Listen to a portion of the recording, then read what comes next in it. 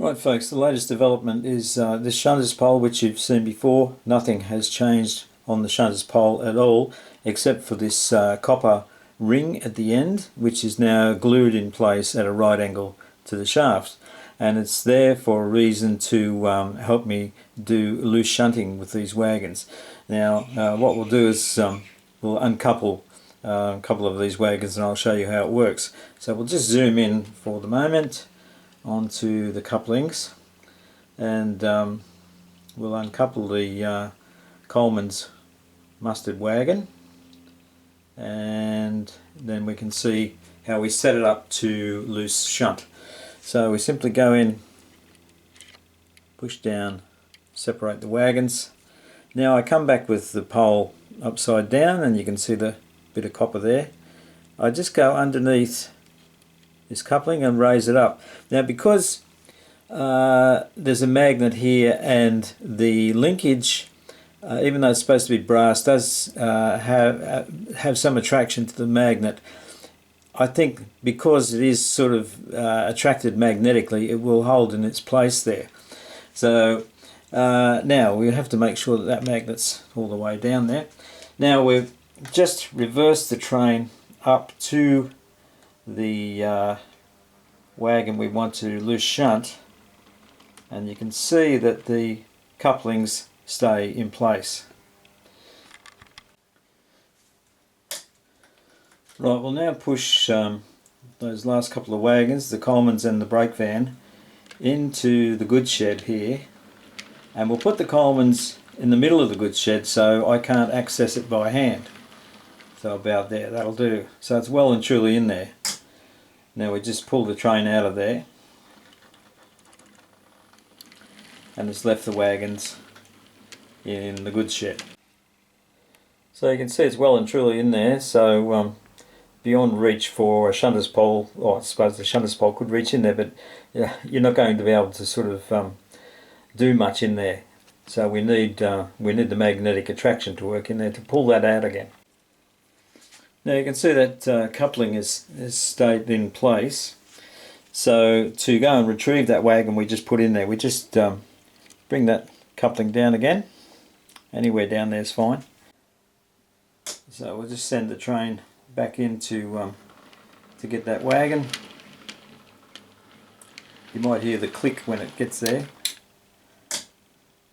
And we'll just pull it out.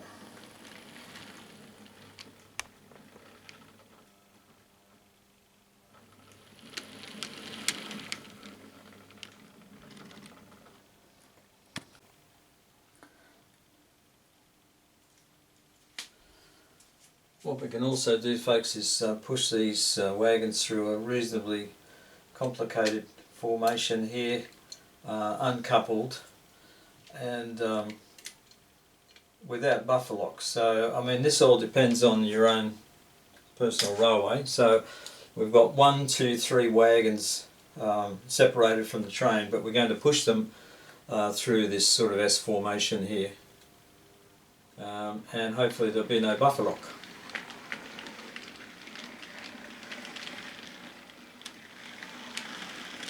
And then we'll just take the train away. And if we want to retrieve the wagons once more, we just put the coupling down, send the train back to pick up the wagons, and away we go.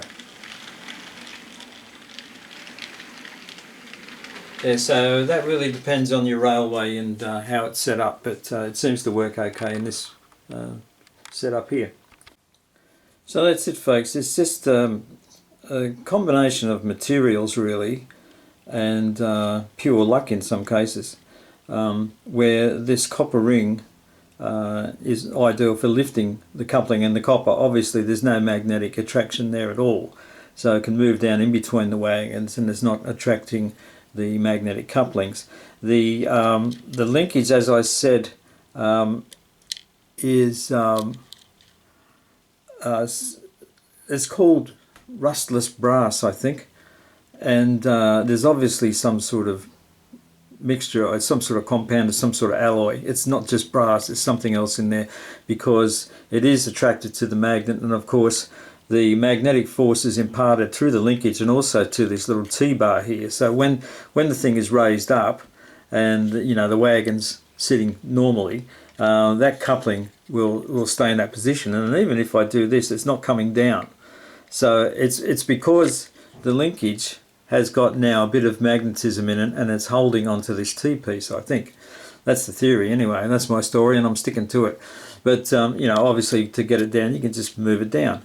And yeah, so it's ideal really. And so the only thing that I haven't got now is automatic uncoupling.